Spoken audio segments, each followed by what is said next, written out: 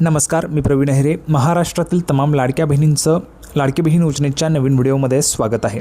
बघा, आजच्या व्हिडिओमध्ये आपण अतिशय महत्त्वाची माहिती पाहणार आहोत. ती म्हणजे अशी की लाडक्या बहिणींना मार्चचा जो हप्ता आहे तो कधी येणार आहे त्याच्याविषयीची महत्त्वाची माहिती तुम्हाला समजणार आहे.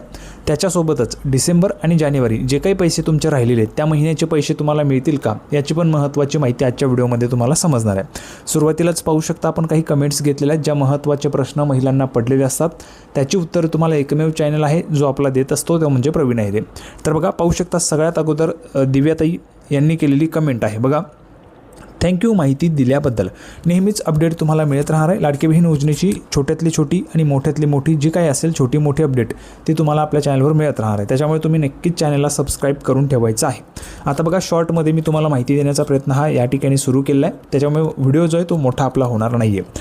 तर बघा, थँक्यू माहिती दिल्याबद्दल. सर्वात अगोदर तुमचं खूप खूप आभार. पुण्यामधून ताई बोलत आहेत. बघा, मला डिसेंबरचा हप्ता नाही भेटला आहे, जानेवारीचा आणि फेब्रुवारीचा हप्ता भेटलेला आहे. पुणे. बघा, काही महिला भगिनी ज्यांना डिसेंबरचा हप्ता आलेला नाही आहे, काही महिला भगिनी ज्यांना जानेवारीचा पण हप्ता आलेला नाही आहे. आता डिसेंबर असेल, जानेवारी असेल किंवा नोव्हेंबर असेल, हे जे काही हप्ते तुम्हाला आलेले नाहीत तर हे हप्ते तुम्हाला येतील का? सर्व लाडक्या बहिणींनी इकडे लक्ष देऊन ह्या ठिकाणी ऐकायचं आहे की तुम्हाला हे जे काही हप्ते ते तुम्हाला आता मिळणार आहेत का?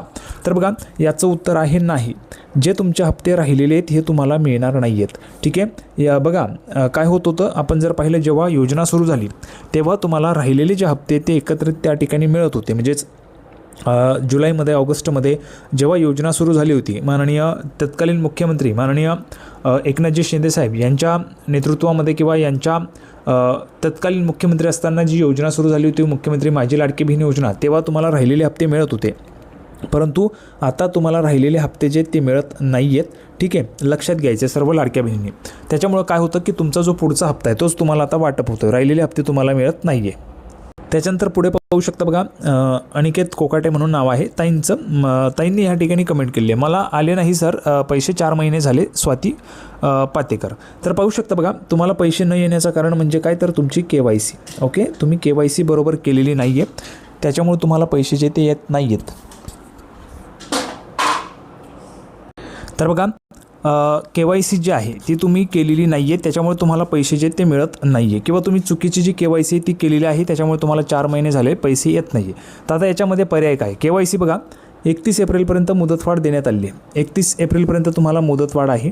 या दरम्यानमध्ये जर तुम्ही KYC केली बरोबर, जर तुम्हाला करता येत असेल तर तुम्ही करून घ्या. तुमची जी काही चुकीची KYC झालेली असेल, चुकीचा ऑप्शन तुम्ही निवडला असेल तर 31 एप्रिलपर्यंत त्या ठिकाणी मुदतवाढ आहे. त्या दरम्यान जर तुम्ही तुमची KYC पूर्ण केली तर तुम्हाला नक्कीच पैसे जे त्या ठिकाणी मिळणार आहेत.